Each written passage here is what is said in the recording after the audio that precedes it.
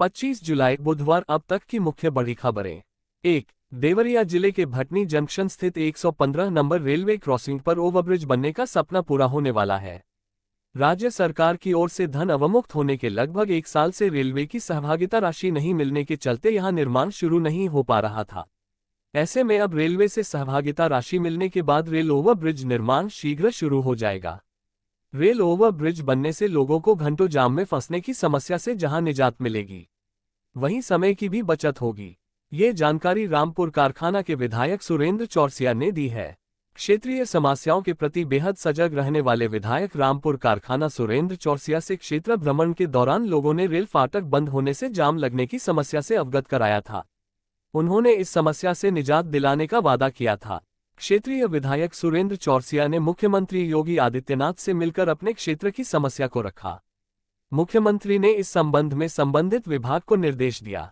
2। देवरिया में सलेमपुर कोतवाली क्षेत्र निवासी आकिब की हत्या प्रेम प्रसंग में हुई थी। पुलिस ने आरोपी युवक को गिरफ्तार कर लिया। उसके पास से हत्या में प्रयुक्त चाकू, मृतक के मोबाइल और खून से सनी पैंट बरामद की है। सलेमपुर कोतवाली क्षेत्र के ग्राम हिछौरा निवासी आकिब 23 पुत्र शमीम अहमद का शव 22 जुलाई सोमवार को गांव के प्राइमरी स्कूल के नजदीक चक रोड पर मिला था। सुबह टहलने निकले लोगों ने शव देखकर पुलिस को सूचना दी। सूचना पर पहुंची पुलिस ने डॉग स्क्वायड आदि के सहयोग से हत्या की जांच शुरू की। मृतक के परिजनों से पूछताछ और मोबाइल कॉल डिटेल के आधार पर पुलिस ने जांच को आगे बढ़ाया तो आकिब की गांव की ही एक युवती से प्रेम प्रसंग का मामला सामने आया। 3। देवरिया में सपा के प्रवक्ता मनीष सिंह ने केंद्रीय बजट को धोखा बताते हुए कहा कि सत्ता के लालच और कुर्सी बचाने की मजबूरी में गांव, गरीब, युवा, किसान और मध्यम वर्ग को धोखा है। मनीष सिंह ने केंद्र की एनडीए सरकार के बजट को धोखा बताते हुए प्रधानमंत्री और भाजपा की मंशा पर सवाल उठाया। सपा प्रवक्ता ने कहा कि डबल इंजन सरकार ने उत्तर प्रदेश खासकर पूर्वी क्षेत्र को छलने का काम किया है। इस सरकार ने देश की जनता के अधिकार का पूरा पैसा अपनी कुर्सी बचाने के लिए 2 राज्यों को दे दिया। सत्ता के लालच में देश के बाकी राज्यों की तरह ही यूपी से भी एनडीए सरकार ने छल किया है। यूपी देश का सबसे बड़ा राज्य है।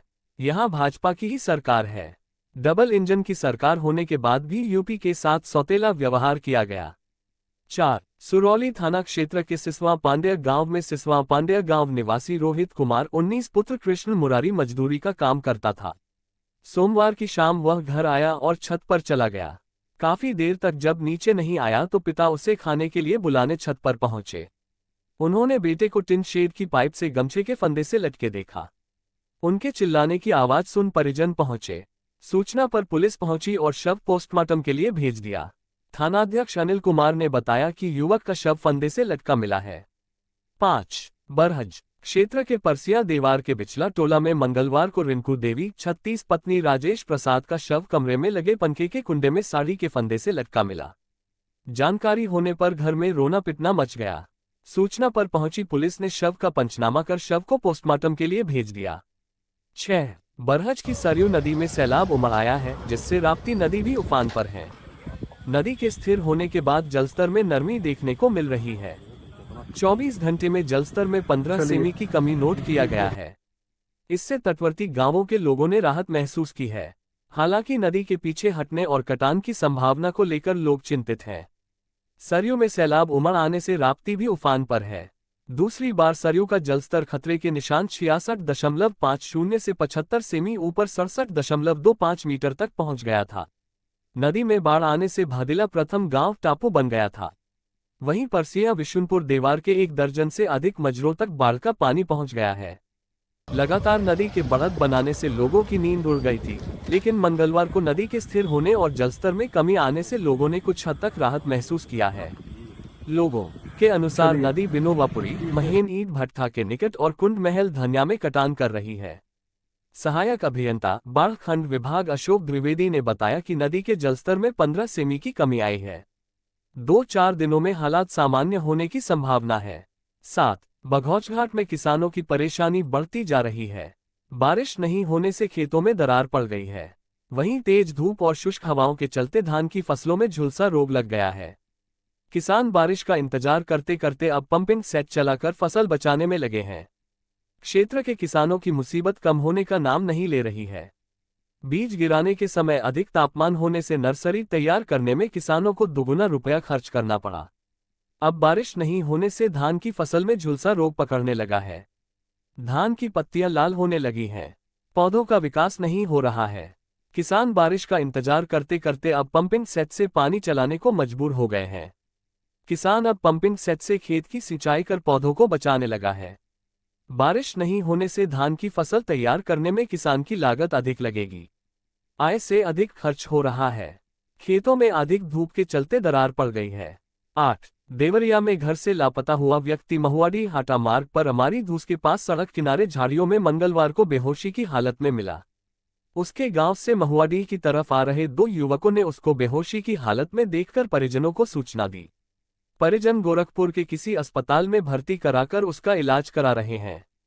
परिजनों ने पुलिस को जानकारी दी कि फाइनेंस कंपनी में समूह का पैसा जमा करने गए थे और देर रात तक घर नहीं लौटे। तब से उनकी तलाश की जा रही थी। 9 मानसून की बेरुखी से किसानों की धड़कन बढ़ गई है।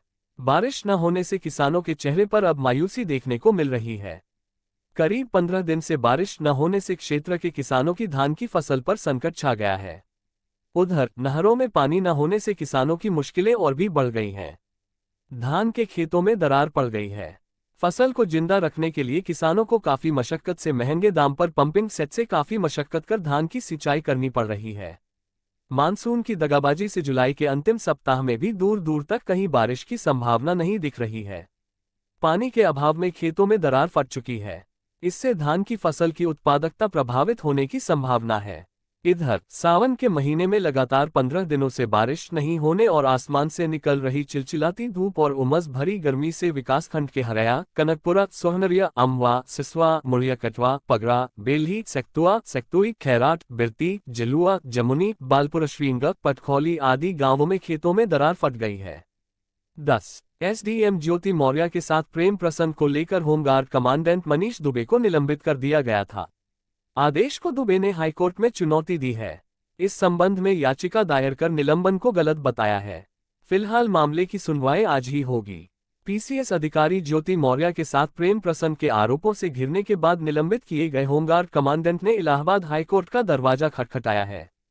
उन्होंने अपने निलंबन के आदेश को हाईकोर्ट में चुनौती दी है। निलंबन को खत्म करने की गुहार लगाई है। इस संबंध में उन्होंने याचिका दायर की है।